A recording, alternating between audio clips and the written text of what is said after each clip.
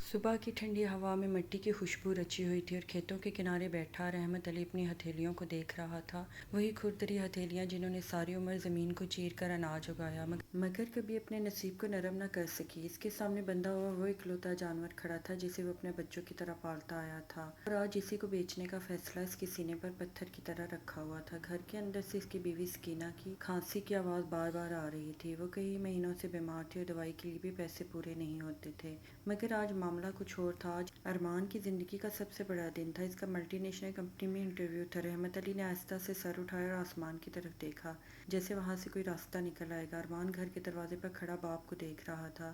اس کی آنکھوں میں امید اور خوف دونوں تھے۔ وہ جانتا تھا کہ اس کے باپ کے پاس کچھ نہیں، مگر پھر بھی وہ ہر بار اس کے لیے کچھ نہ کچھ لے آتا ہے۔ سکینہ نے اندر سے کمزور آواز میں پکارا، ارمان ادھر آؤ بیٹا۔ ارمان فوراً اندر آ گیا۔ سکینہ نے اس کے سر پر ہاتھ رکھا اور کہا، بیٹا آج تم نے صرف انٹرویو نہیں دینا، تم نے ہماری ساری زندگی بدلنی ہے۔ ارمان نے اپنی ماں کی آنکھوں میں دیکھا اور سر ہلا دیا، مگر اس کے دل میں ایک بوجھ تھا اور وہ جانتا تھا کہ اس کے باپ نے اس کے لیے کیا قربانی دی ہے۔ باہر رحمت علی نے جانور کی رسی کھولی اور گاؤں کے بازار کی طرف چل پڑا۔ ہر قدم اس کے لیے مشکل تھا۔ وہ جانور بار بار اس کی طرف دیکھتا جیسے پوچھ رہا ہو کہ مجھے کہاں لے جا رہے ہو، مگر رحمت علی کے پاس کوئی جواب نہیں تھا۔ بازار میں شور تھا، لوگ خرید و فروخت میں مصروف تھے۔ رحمت علی ایک کونے میں کھڑا ہو گیا اور دل سخت کر کے آواز لگائی۔ چند ہی دیر میں ایک آدمی آیا اور جانور کی قیمت لگانے لگا۔ رحمت علی نے کم قیمت سن کر بھی کچھ نہ کہا۔ اس نے بس سر جھکا لیا کیونکہ آج اس کے پاس انکار کا حق نہیں تھا۔ سودا طے ہو گیا اور جب وہ آدمی جانور کو لے کر جانے لگا تو رحمت علی کی آنکھوں سے آنسو بہہ نکلے، مگر اس نے چہرہ دوسری طرف کر لیا۔ وہ پیسے لے کر شہر کے ایک چھوٹے سے درزی کے پاس گیا۔ درزی ایک بوڑھا آدمی تھا جس کی آنکھوں میں عجیب سی چمک تھی۔ رحمت علی نے اس کے سامنے پیسے رکھے اور کہا، میرے بیٹے کے لیے اچھا سوٹ بنا دو، وہ کل انٹرویو دینے جا رہا ہے۔ درزی نے ارمان کو دیکھا جو اس کے ساتھ کھڑا تھا اور مسکرا دیا۔ اس نے کہا، فکر نہ کرو، میں ایسا سوٹ بناؤں گا کہ تمہارا بیٹا سب سے الگ نظر آئے گا۔ ارمان نے آئینے میں خود کو دیکھا۔ جب سوٹ تیار ہو کر آیا وہ واقعی خوبصورت تھا، مگر اس کے اندر کہیں نہ کہیں اسے لگ رہا تھا کہ وہ سوٹ میں بھی گاؤں کا ہی لڑکا لگے گا۔ درزی نے سوٹ دیتے وقت اس کے کندھے پر ہاتھ رکھا اور کہا، بیٹا کپڑے نہیں، انسان کی نیت اور محنت اسے بڑا بناتی ہے۔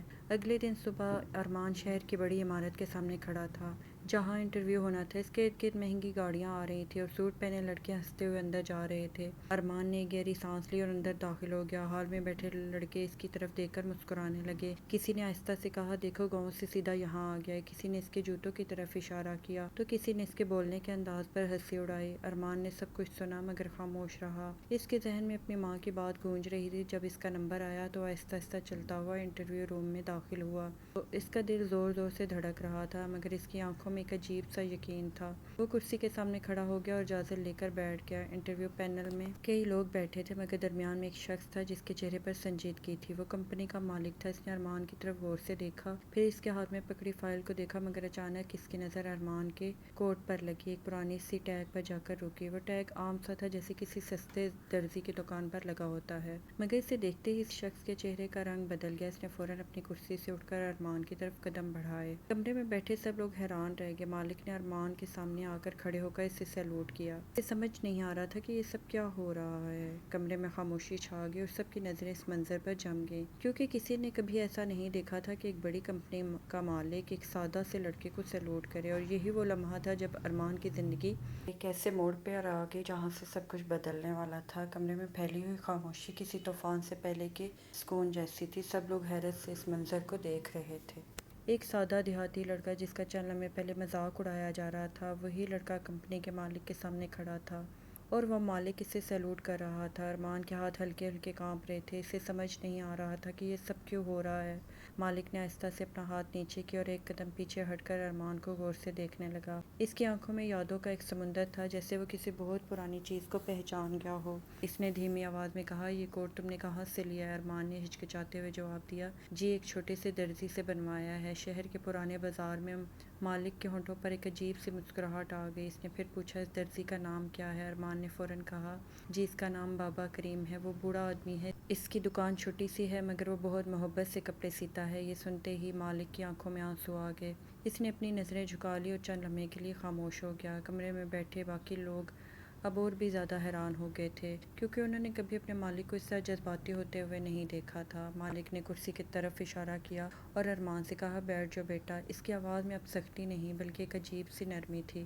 ارمان آہستہ سے بیٹھ گیا، اس کا دل اب بھی تیزی سے دھڑک رہا تھا۔ مالک نے باقی پینل ممبرز کی طرف دیکھا اور کہا، آج انٹرویو بعد میں ہوگا، پہلے میں ایک کہانی سنانا چاہتا ہوں۔ سب لوگ خاموش ہو کر سننے لگے۔ اس نے کہنا شروع کیا کہ کئی سال پہلے میں بھی تمہاری طرح ایک غریب لڑکا تھا۔ میرے پاس پہننے کے لیے اچھے کپڑے نہیں ہوتے تھے۔ میں ایک دن شہر آیا تھا نوکری کی تلاش میں، مگر میرے کپڑوں کی وجہ سے ہر جگہ میرا مذاق اڑایا گیا تھا۔ اس دن میں بہت ٹوٹ گیا تھا۔ مالک کی آواز بھرا گئی۔ میں ایک چھوٹے سے درزی کی دکان پر گیا، وہی بابا کریم کی دکان۔ اس نے میری حالت دیکھی تو مجھے اندر بٹھایا اور بغیر پیسے لیے میرے لیے ایک سوٹ تیار کیا۔ اس نے کہا تھا کہ بیٹا، جب تم بڑے آدمی بن جاؤ تو کسی غریب کی مدد ضرور کرنا۔ مالک کی آواز بھرا گئی تھی۔ اس نے ایک لمحے کے لیے آنکھیں بند کی، پھر کہا، اس سوٹ کے ساتھ اس نے ایک چھوٹا سا ٹیگ بھی لگایا تھا اور کہا تھا کہ یہ تمہیں یاد دلائے گا کہ تم کہاں سے آئے ہو، تمہیں کہاں جانا ہے۔ کمرے میں بیٹھے سب لوگ خاموش تھے، کسی کے پاس کچھ کہنے کو نہیں تھا۔ ارمان حیرت سے یہ سب سن رہا تھا۔ اسے یقین نہیں آ رہا تھا کہ اس کے کوٹ پر لگا ہوا وہی سادہ سا ٹیگ اتنی بڑی کہانی کا حصہ ہے۔ مالک نے دوبارہ ارمان کی طرف دیکھا اور کہا کہ آج جب میں نے یہ ٹیگ دیکھا تو مجھے اپنی ساری زندگی یاد آ گئی۔ مجھے وہ دن یاد آ گیا جب میں بھی تمہاری جگہ کھڑا تھا اور لوگ مجھ پر ہنس رہے تھے۔ ارمان کی آنکھوں میں آنسو آ گئے۔ اس نے آہستہ سے کہا، سر، میرے والد نے اپنا اکلوتا جانور بیچ کر یہ سوٹ بنوایا ہے۔ وہ چاہتے ہیں کہ میں کچھ بن جاؤں۔ یہ سنتے ہی مالک کا دل بھر آیا۔ اس نے فوراً ارمان کے پاس جا کر اس کے کندھے پر ہاتھ رکھا اور کہا، تم نے پہلے ہی سب کچھ جیت لیا ہے بیٹا، کیونکہ تمہارے پاس محنت اور سچائی ہے۔ پینل کے باقی لوگ اب مکمل خاموش تھے۔ ان کے چہروں پر شرمندگی صاف نظر آ رہی تھی کیونکہ انہوں نے بھی ارمان کو کم سمجھا تھا۔ مالک نے اعلان کیا کہ ارمان کو کسی مزید سوال کی ضرورت نہیں، وہ آج سے اس کمپنی کا حصہ ہے اور اسے بہترین پوزیشن دی جائے گی۔ ارمان کے لیے یہ سب کسی خواب سے کم نہیں تھا۔ اس نے کانپتی ہوئی آواز میں شکریہ ادا کیا اور اس کی آنکھوں سے آنسو بہنے لگے۔ انٹرویو کے بعد جب سب لوگ جا چکے تھے تو کمپنی کے مالک نے ارمان کو اپنے کمرے میں بلایا اور کچھ لمحے خاموش رہنے کے بعد دھیمی آواز میں کہا کہ بیٹا، مجھے کریم بابا سے ملنا ہے۔ میں نے انہیں برسوں سے نہیں دیکھا، مگر آج اس چھوٹے سے ٹیگ نے میرے دل میں وہی پرانی تڑپ جگا دی ہے۔ ارمان نے فوراً سر ہلا دیا اور کہا کہ سر، میں آپ کو کل ہی ان کے پاس لے جاؤں گا۔ اس کی آواز میں خوشی بھی تھی اور ایک عجیب سا فخر بھی کہ وہ اس شخص کو اس عظیم انسان تک لے جا رہا ہے جس نے نہ صرف اس کی بلکہ اس مالک کی زندگی بھی بدل دی تھی۔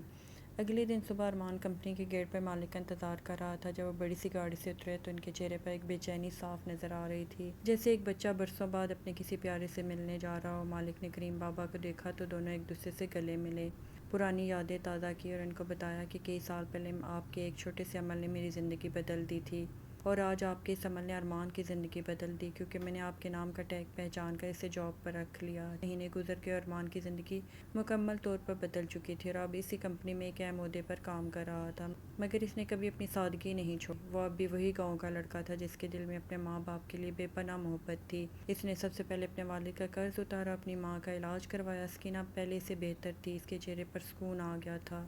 رحمت علی اپنے بیٹے کو دیکھ کر فخر محسوس کرتا تھا۔ ایک دن ارمان نے فیصلہ کیا کہ وہ بابا کریم سے ملنے جائے گا اور وہ اسی پرانے بازار میں گیا جہاں وہ چھوٹی سی دکان تھی، مگر جب وہ وہاں پہنچا تو اس نے دیکھا کہ دکان بند ہے اور دروازے پر ایک پرانی سی تختی لگی ہوئی ہے۔ اس نے پاس کے دکاندار سے پوچھا تو معلوم ہوا کہ بابا کریم کچھ دن پہلے اس دنیا سے رخصت ہو گئے ہیں۔ ارمان کا دل ڈوب گیا، اس کی آنکھوں میں آنسو آ گئے۔ وہ دکان کے سامنے خاموش کھڑا رہا۔ اس نے آہستہ سے دروازے کو چھوا اور دل ہی دل میں کہا، بابا، آپ نے جو میرے لیے کیا وہ میں کبھی نہیں بھولوں گا۔ ایک دن وہی کمپنی کا ہال جہاں کبھی اس کا مذاق اڑا تھا، اب وہیں وہ بطور مہمان خصوصی کھڑا تھا اور نئے آنے والے امیدواروں سے بات کر رہا تھا۔ اس نے سب کی طرف دیکھ کر کہا کہ انسان کی اصل پہچان اس کے کپڑے نہیں بلکہ اس کی محنت اور نیت ہوتی ہے۔ ہال میں بیٹھے سب لوگ خاموشی سے اس کی بات سن رہے تھے اور اس کے الفاظ ان کے دلوں میں اتر رہے تھے۔ ارمان نے اپنی بات ختم کی اور آہستہ سے اپنے کوٹ کی طرف دیکھا جہاں اب بھی وہی پرانا ٹیگ لگا ہوا تھا جو اسے ہر بار اس کی یاد دلاتا تھا، اور اس لمحے سے محسوس ہوا کہ اصل کامیابی وہ نہیں جو انسان کو اوپر لے جائے بلکہ وہ ہے جو اسے اپنی جڑوں سے جوڑے رکھے۔ کہانی اچھی لگی تو سبسکرائب کر دیجیے گا۔ اللہ حافظ۔